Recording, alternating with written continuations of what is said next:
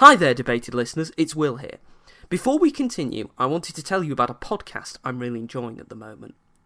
We're currently facing one of the most challenging moments in human history. Our governments are under increasing pressure to bring about the results people expect, while remaining trusted and relevant. And yet, the systems, structures and processes of government today are often not set up to respond to the complex challenges we face as a society.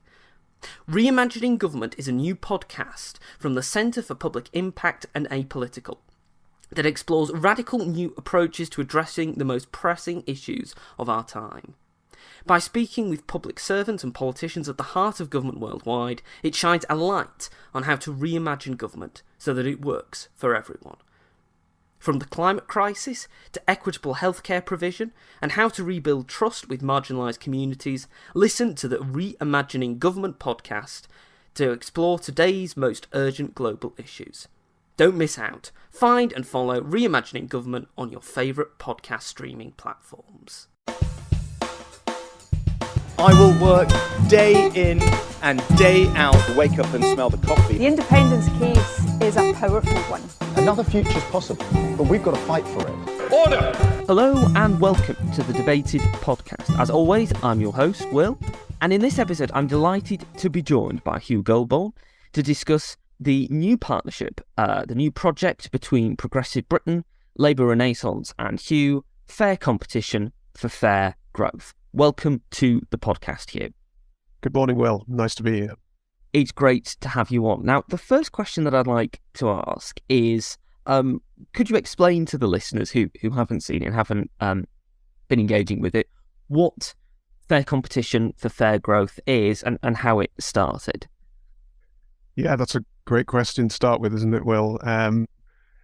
So I suppose to take those questions in reverse order, how did it start? Well, I'm a commercial solicitor based in the north of England, in Huddersfield, in West Yorkshire. And most of my clients are small and medium-sized enterprises. I also, in my spare time, which I don't have that much because I've also got a family, 2 young daughters, I'm also involved in the Labour Party and campaign as we are at the moment for the local elections, etc. And I've done a lot of work in the past on policy, particularly around energy and climate change and those sorts of things. But I'm also a member of our local Chamber of Commerce, so I work a lot with small and medium-sized enterprises. And my local area is really an economy in West Yorkshire of small and medium-sized enterprises. Businesses that employ anywhere between 1 and 250 employees. And so, I guess one of the first frustrations I have, Will, is that often discourse about the economy revolves around large corporates, doesn't it? The big names that we know, the big supermarkets, the big tech giants like Microsoft who've been in the news today and others. And we don't often hear about the smaller organisations, but they're the ones that are intrinsic to our economy, right? They employ more than 60% of people, and in an economy like mine here, it'd be much higher. And they also put a lot of good stuff into our local community. If we think about the people who are rescuing our local football clubs, our local choirs, our local community groups, it's small businesses, right, who invested those, give money, and they're employing local people. They can't just suddenly offshore and go somewhere else, right? If you're a business that's located in a local area, supplying a local area, that's not of interest to you. So they're intrinsic to our local communities societally and environmentally as well in terms of what they do. And yet we don't talk about them very much, and they don't really have a voice. There's a reason why they don't have a voice. They don't have, they can't afford to pay lobbyists to sort of sit in Westminster and talk to government ministers or go out in the press and that kind of stuff. So this comes from that sort of frustration. Right? I work with them. I see the fantastic work they do, both in terms of employing people and the contribution they make to our economy, but also to our local communities and to society. And so when I started talking to Progressive Britain, and Labour Renaissance, and I'm on the steering group of Labour Renaissance, we were quite excited about the chance, I guess, to raise awareness of this nationally, and particularly within the Labour Party. The Labour Party is doing quite well at the moment. I don't think that's any secret to say that they might form the next government.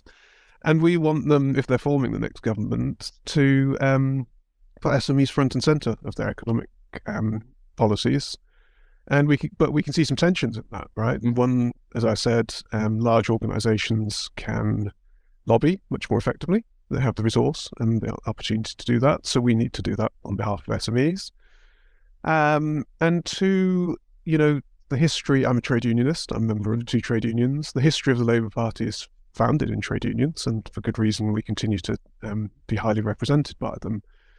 But again, the trade union movement is more public sector now than private sector, if we're honest. And even in the private sector, SMEs generally don't have trade union organisers within them.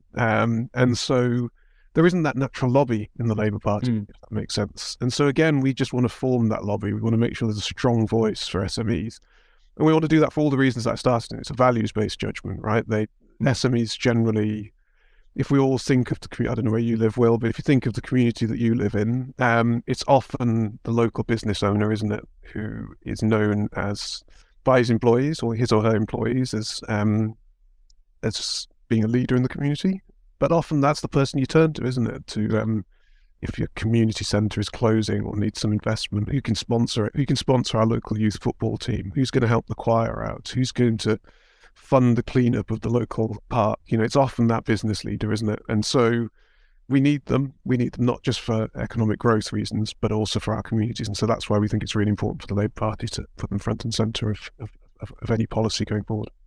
Absolutely. And one of the things that really comes across as well is not just that, obviously, SMEs don't have the same kind of lobbying power that larger multinational companies have, but also that they have been perhaps much more impacted by COVID and the COVID pandemic than those kind of organisations.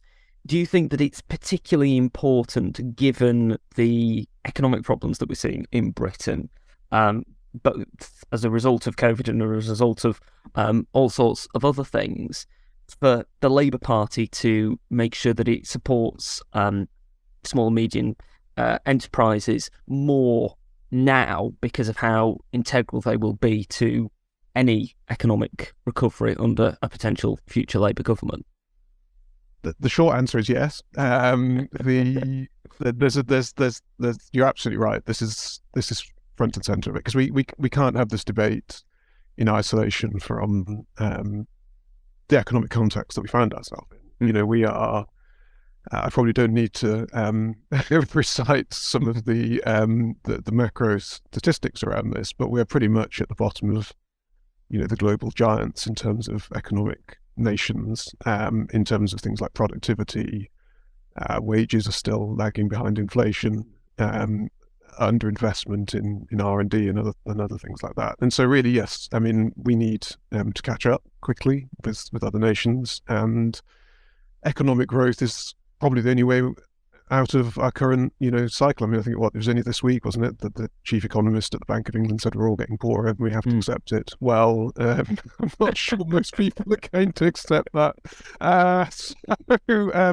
So growth is well, I certainly wouldn't want to be Keir Starmer saying that at the next general election. So, and I don't suppose Rishi Sunak will be either. So growth, is going to be front and centre of this next general election, isn't it? And to get to growth, and it's important that we've called this fair competition for fair growth. I think fair growth is front and centre of the Labour Party's manifesto, and so fair competition, I think, is right. And I think when we look at SMEs, both historically and during this period, first of austerity and then going into COVID, they've tended to be, we've tended to put less emphasis on helping those organisations to recover. If we think back to 2008-9, there was a huge bailout package that we're still all paying for, by the way. I don't think we talk about that for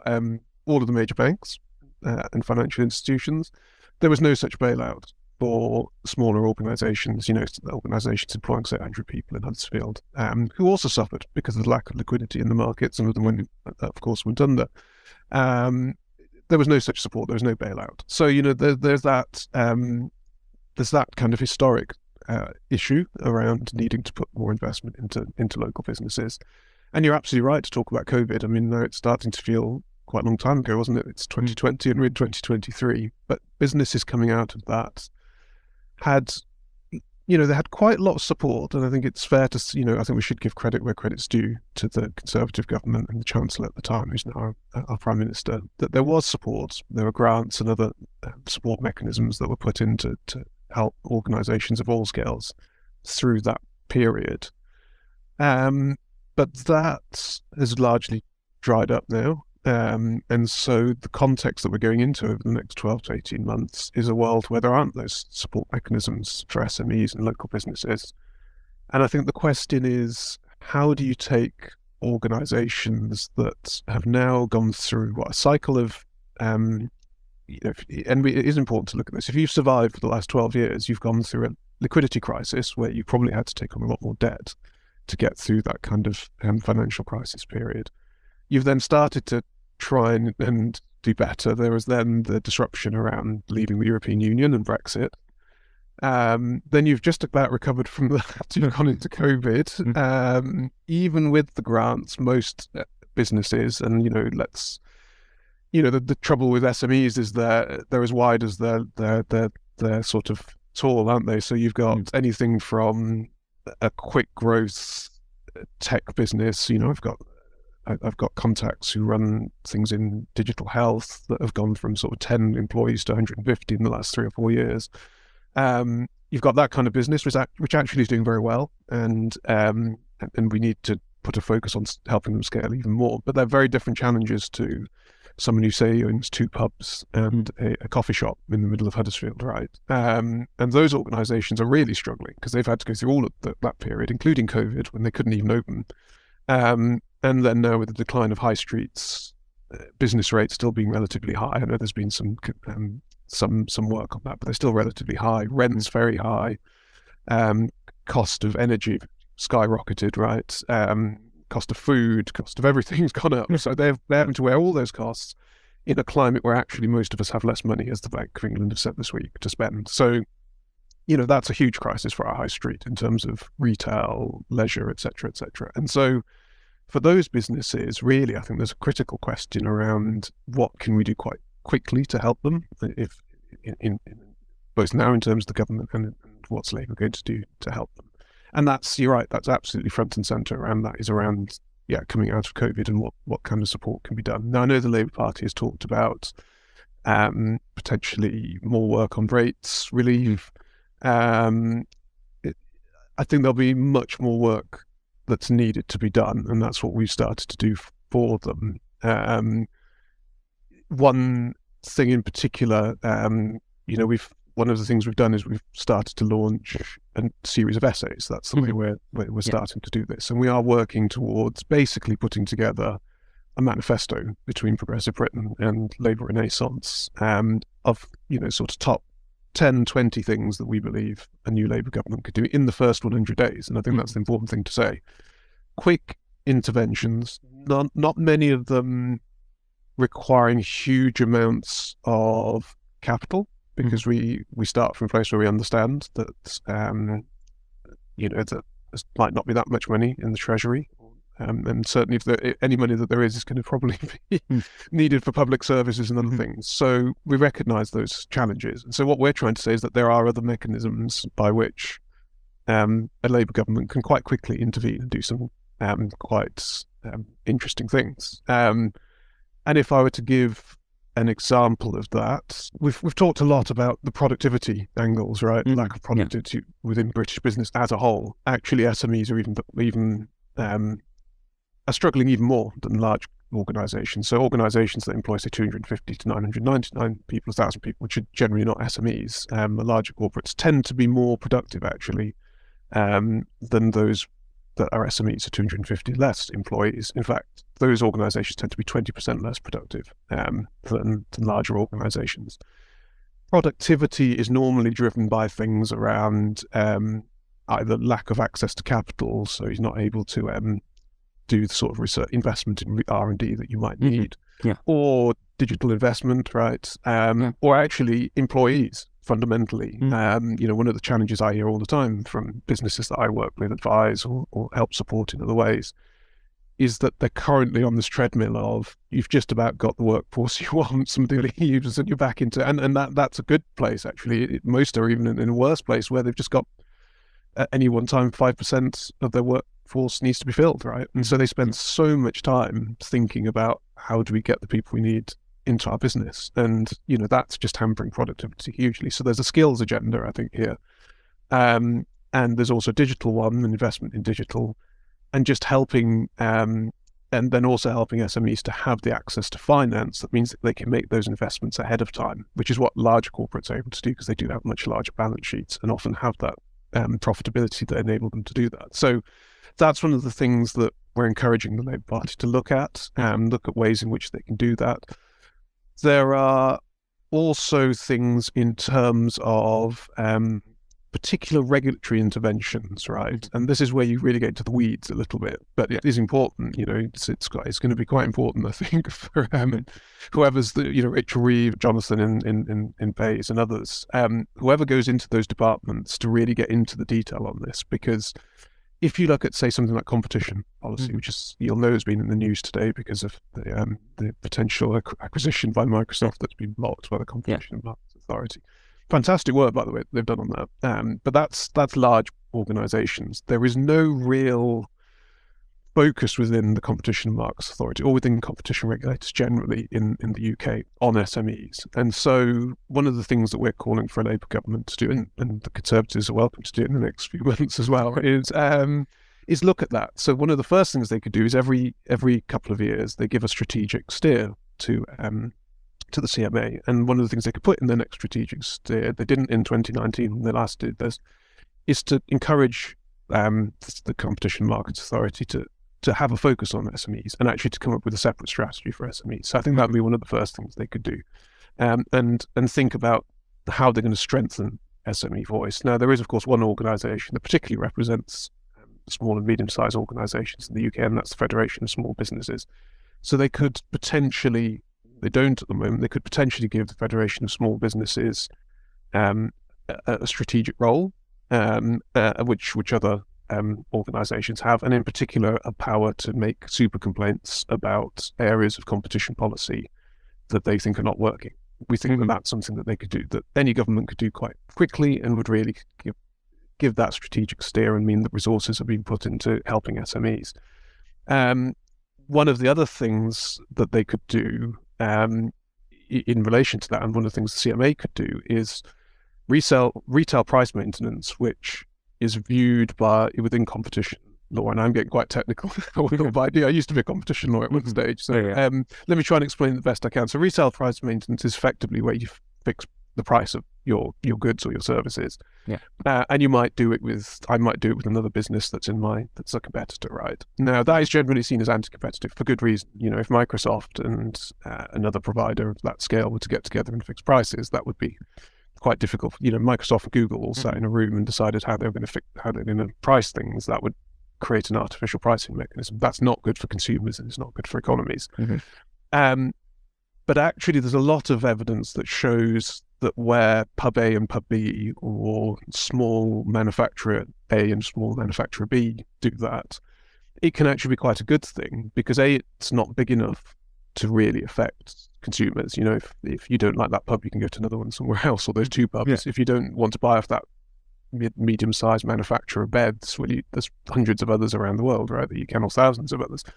But actually what it allows those businesses to do is to have some certainty about pricing, such that they know how much profit they're going to have for a period of time, and that allows them then to build up the reserves that they need to invest in the things that we just talked about, that make them more productive. So actually it can be pro-competitive, because it enables those organisations to grow, to develop, to invest, and to give a better output.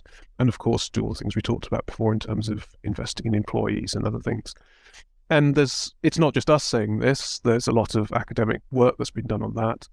And it's working in other jurisdictions. So the US, for example, their competition authorities have a regime that ensures that they have a distinction between larger organisations who impose retail price maintenance, which is illegal, and smaller organisations where they look at is that actually causing harms? You know what I just said. So if there's no real harm to the local economy or to the wider economy, then it's fine. You should do it. It might actually be pro-competitive, actually.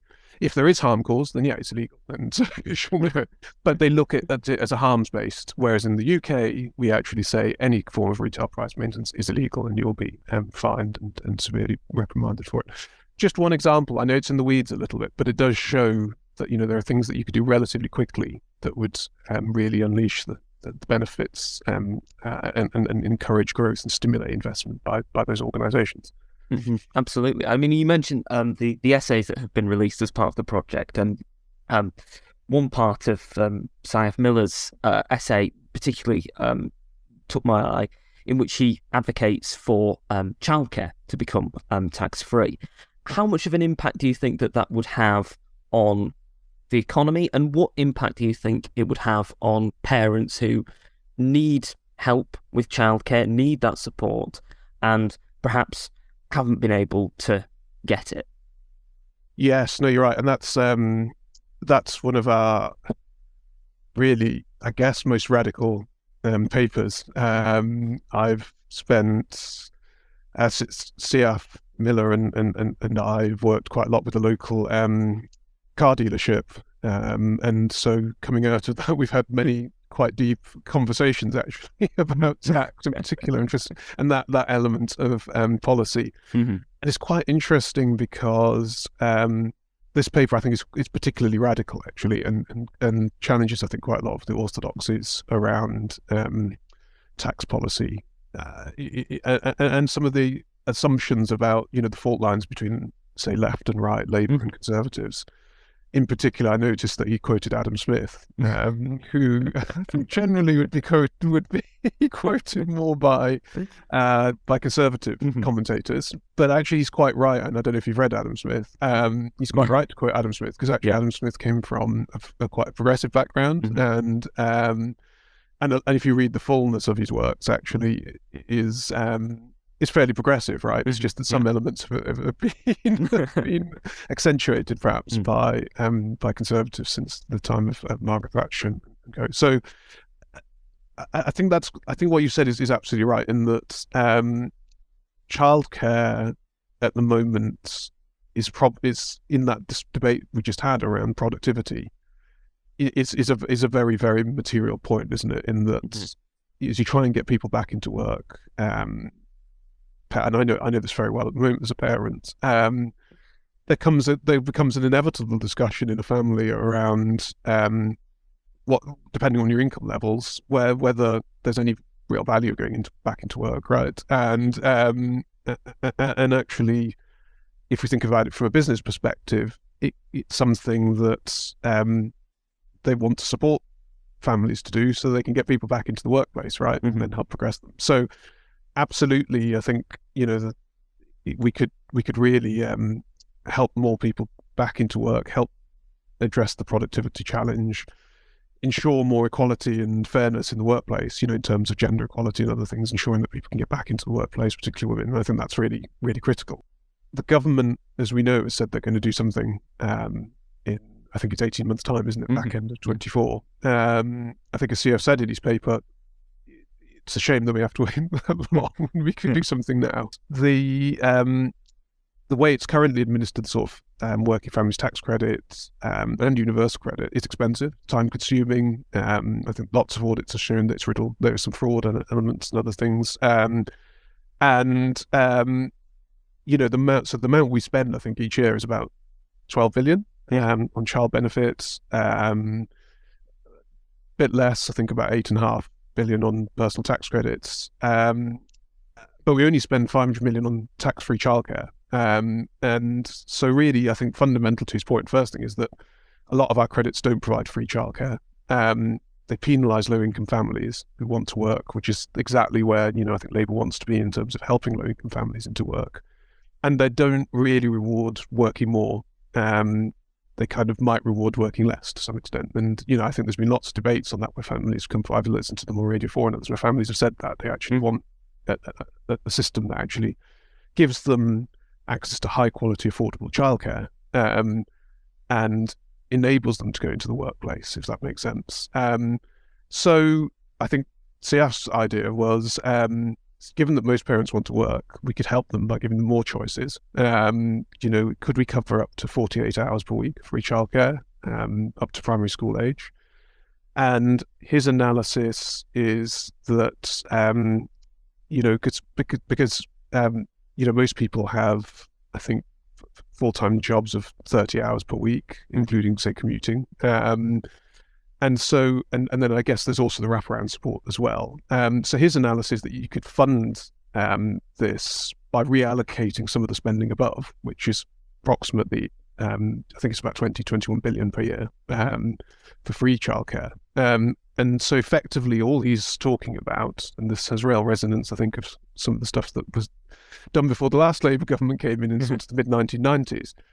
This is a question of how you spend the existing money that's spent on the system in a much more efficient way. So you take exactly that 21 billion that's already spent and allocate it in a far more efficient manner to effectively help those families that need it the most, rather than having a system which at the moment seems to defeat itself. That makes sense. And so and I think that's reflective of quite a lot of the recommendations that he's made. I mean, I thought you're right, that childcare one was very interesting. I thought the corporation tax recommendations were very interesting, in that, in effect, there, what he's saying is, why not have a corporation tax system that's more reflective of the personal tax system? We know in our income tax that the grades, certain people, up to a certain level now, it's gone up just above 10,000, a bit more than 10,000. It's tax free, and then you go into brackets above that. Now you don't have that in the corporation tax system, so you don't have SMEs exempted from a certain amount of corporation tax. And they're all paying the same level. We know it's now gone up as well. And this debate around corporation tax is probably a bit too binary, in that it could be that we're putting up corporation tax on the largest organisations to a much higher level, perhaps even reflective of personal tax levels for those highest earners. And those that have less turnover or smaller profits, which I think it should be profit-based, I guess, because that's your real income rather than your turnover, those would incur smaller rates of corporation tax. And his analysis, I thought, was really interesting, because often the narrative about corporation tax is you reduce it and the economy grows. His analysis shows that actually, where we've reduced it, the economy hasn't grown faster, and where we had slightly higher, actually, I think it was around 30% corporation tax during the 2000s, we actually had a pretty steady rate of growth, which is around the growth that we want, which is about 2.6%. So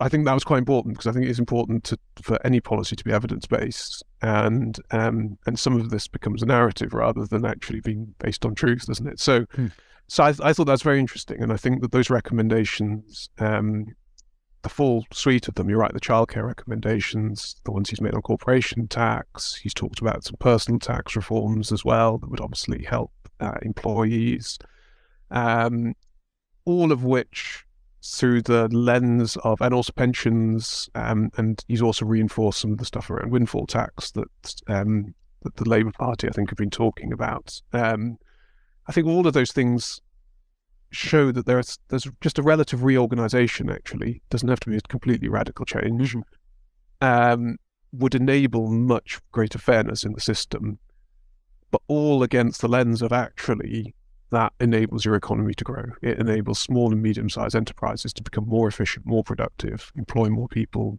put more money back into the economy. It can pretty much be revenue neutral to the Treasury. So we're not talking about this is a choice between growing business and economies and public services, which seems to be the debate that we always have. You can have both, but this is about radically changing the balance of where you put your investment in business. Absolutely. And I'd just like to turn to Andrew Dyson's paper, because one of the things that stood out to me in what he wrote was in relation to the tie between encouraging new businesses and regional and local strategy. So he suggests that you can see certain clusters of particular types of specialised businesses in particular areas, and that can, of course, have a great impact if you encourage them on local and regional economies. Do you think that this is something that could be effective both on a regional scale and also on a national scale, as it were, in that you could identify areas where these businesses need a particular type of support, whether it just be plain capital or other types of support like improved infrastructure, that kind of thing, and that could help not just level up particular areas but also contribute to growing the economy of the country overall? Yes, good. Yeah, great question. I'm glad you've highlighted that, and I thought you were going to get through without saying the words leveling it up, but you did say because I think front and center of that proposal, it ties into regional strategies, doesn't it? And then what has been termed leveling up. But what I might just call, making sure no communities left behind, right? Mm-hmm. And I'd say, if we're honest, we haven't yet seen the full flavour of this from the current Labour, from bench. I'm sure it'll come out nearer to the election, and so this ties into that, right? In that, some of Andrew's paper is about fast growth startup businesses, and there is no doubt that they play that sector or subsector is going to play a very important role in growth in our economy, particularly because of where we are in the race to net zero and the kind of digital 2.0, even 3.0 now, I guess, with AI and the new stuff that's coming through, right? And we need, at the moment, the UK, I don't think just Andrew, but others would have made this critique, is lagging behind, right? Because other nations have put, the US, I think, is the exemplar, but the European Union is doing it as well. China has done it for a long time, and others are putting a real focus on competition, almost at where we're almost exiting the age of globalization, aren't we, and going back into kind of a competition between national economies and protectionism. Well, I don't want this to be a debate about that, but that's where we are, right? And so in the US, they are taking a regionalized strategy. They're saying in Pennsylvania, we're going to go from coal mining before and other industries that have been dying for years, and we're looking at, how you make processor chips, or is this going to be are we just going to generate loads of solar energy here, etc. And so really, I think Andrew's paper starts to flesh that out to some extent, doesn't it? In that he's saying both in terms of those fast growth clusters. So we've already got some in the Northwest. We already have stuff around the medtech industry, pharmaceuticals, which we know for some quite high profile examples recently starting to decline. How do you refire that? How do you? I mean, I've got a client over there who does some very interesting stuff in that sector. Exactly that sort of organisation's gone from startups now into scale up. The question all the time from that organisation is investment. The rounds of investment they have to go through put them constantly up against challenges, right? And I think Andrew's recommendations on can government start to almost look like a kind of private equity style investor itself. I think that's really interesting. Taking an equity stake, putting investment in, but probably at a very different level of risk, right? To private equity. Generally want double-digit returns, which is quite high, right? So, that's a very interesting model. I think you raised absolutely the point around infrastructure. Here in West Yorkshire, we have a regional. For the last couple of years, we've had a devolved mayoralty. Tracy Braben, our mayor. I'm sure you've heard her going on about buses and transport. And I can absolutely tell you one of the biggest barriers to productivity is the amount of time you spend driving around at the moment. Access to public transport is very limited. We have one train line. It does go through my town of Huddersfield and neighbouring towns of Dewsbury and to some extent Batley and into Leeds and Manchester. But, trains are over capacity, they're not particularly reliable, and those are the only place you can get to, right? I mean, our economy is far more complicated than that, and we have a motorway that to do this well over capacity as well. In between that, you've got A roads that were designed for 100 years ago for cart and horses, right? They were designed for lots of carts. So in gridlock, by analogy, I remember living in London in the sort of late 1990s, early 2000s, when it was a very similar situation. You would never imagine that now in London. I mean, the investment that's gone in, that means you can get a bus, a tube, Uber, whatever, all interoperably, is incredible. And that drives that connectivity between business, between investors, between higher education institutions, etc., and principally for people. It means people can get around, meet each other, get into work, do stuff. And that makes it an attractive place to invest. It makes business able to connect with each other fundamentally. Now, we just do not have that here in the north of England. And so, and no, it's not just the north of England, it's other parts of England. So I think absolutely investment in infrastructure is really important. And Andrew has made that point. And then you do see the clusters emerge. I think his final point is sort of well made, I think, around how you create tax and other incentives that pull investors out of. I mean, Andrew, as you know, comes from an investment background, and I think we've consistently seen, and I don't think anyone's yet broken this challenge, but he's at least inviting us to think more about it. How do you pull that trillions of pounds that's invested in the kind of London, what's called the Golden Triangle, isn't it? London, Cambridge, Oxford. How do you recreate that in other parts of the country?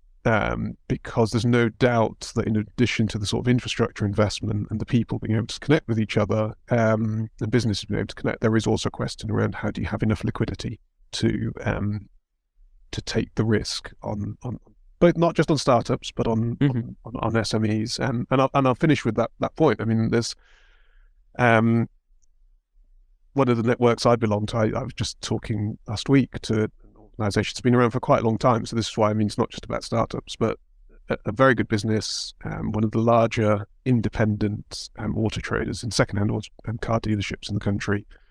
And their constant problem at the moment, and this ties back to your point, Will, about post-COVID, is the car market, secondary car market, has changed entirely since COVID, and I'm sure you're familiar with this. That the costs, because the supply chain was broken, but also because of regulatory changes, the switch to electric, the fact that public transport switched off to a certain extent, etc., has just driven that market, and also the macro point that now there are some very big players that have come into this that are vertically integrated, that are both secondary car market, they also have digital presence, they also do a lot of the investment into that. It's all of that makes it a really hard environment for independents, but independents are really important because they create that competition in the market, and they are, for all the reasons we talked about, local, they employ local people, etc. Now, the issue he keeps saying to me is we can live with a world where it costs more to buy the cars, and so it takes longer to buy them, get them in, sell them. We can live with all of that. We can live with increases in cost of energy, employer increase, etc. But the biggest problem is the lack of liquidity. In competition with those larger organizations that have huge amounts of venture capital in them, which means that they can take speculative positions, right? So they can buy thousands of cars, even if they know some of them they're probably paying way too much for. And then it means they can turn those cars over, and it's the turnover of the cars that is the secondary car market, right? That's what makes you money. Whereas he, because of the increased costs, etc., and the fact that his liquidity hasn't gone up, the banks are not lending to him more. In fact, they're probably lending less to him if he wanted it. And also, on his balance sheet, he doesn't have that liquidity, right? He can't do that, and that's what's killing that market, is that they just cannot get enough liquidity to buy enough cars to make that model work. And that's a very good example of what Andrew's talking about, where actually, is there a position the government could take, or a kind of Northern Bank, funded by, or whatever, that says, yeah, okay, we can see there's a problem with liquidity in that market for independent businesses, SMEs. Let's inject some liquidity. Let's give them some money. Let's take even negligible stake in that business and give them £1 million that they can just go and invest, because we know it's just such low risk as well, right? It's a model that's existed for 20 years. So, I say that because I think, it's important to give a flavour of the different industries, because there are so many different industries and they all have slightly different challenges. But Andrew's point is very well made. Absolutely. We're coming towards the end of the podcast, Hugh. Thanks once again for taking the time to speak to me. But I do have one final question for you. Okay. We're coming up to a bank holiday. It's going to be a bank holiday this coming Monday. And of course, on bank holidays, people like to spend time just, if they're able to, relaxing and maybe catching up on things. So my final question to you is this. If you had to spend a bank holiday afternoon with any cricketer from the history of cricket, who would you spend a bank holiday afternoon with? Right. Wow, what a good question, hey? And you'll probably know that I used to play cricket and run a local cricket club here in Huddersfield. So cricket is very important to me. I'm at risk of failing Norman Tebbett's cricket test here, aren't I? In that, I spent some time in the Caribbean as a youngster, and my dad was from Jamaican heritage, my mum from Indian and Kenyan. So I'm at risk of offending someone in all of this. I'm going to cheat slightly, I suppose, and say I would love to. Well, there's 11 players, isn't there, in cricket? Yeah. So I'd like to spend time with at least 3 of them. And I'd probably say from the West Indies, it would be Viv Richards. I always thought he was a fantastic batsman and had some really interesting stories. From India, you'd have to have Sachin Tendulkar. So then I've got 2 great batsmen. I know at least we can get some runs at the top of the order. And in England at the moment, I really like some. Well, I don't know if you saw the series on Netflix recently, which had Brendan McCullum and Phil Tufnell. Yeah. I thought they had some fantastic conversations, particularly around mental health and other things. So I'd invite both of them as well. I'd love to get them both together. And I think Brendan McCullum I know he's a New Zealand cricketer, but he'd have some interesting stuff to say about what he's doing with England at the moment. So, those would be my 4. I know I cheated slightly, but those would be my 4. No. You're more than welcome to cheek. I think those are fantastic choices. Thank you once again for taking the time to record the podcast with me. If people want to find out more about you and more about Fair Competition for Fair Growth, where should they go to find out more? We're featured on both the labourrenaissance.org.uk and Progressive Britain websites. There's also been an article that we put out on Labour List last week. And if they want to find out more about me, it's Hugh Goulbourne. HughGoulbourne.com is my website. Fantastic. Thank you once again for coming on the podcast. Lovely. Thanks a lot. Thank you for listening to this episode of the podcast. If you've enjoyed it, you can subscribe to us on iTunes, Spotify, Podbeam, and Amazon Music. You can also follow us on Twitter, @DebatedPodcast, like us on Facebook, Debated Podcast, and if you'd like to get in touch with us, whether about appearing on an episode of the podcast or commenting on an episode that you've listened to, you can do so at thedebatedpodcast@gmail.com. Thank you for listening. I hope you listen to the next one.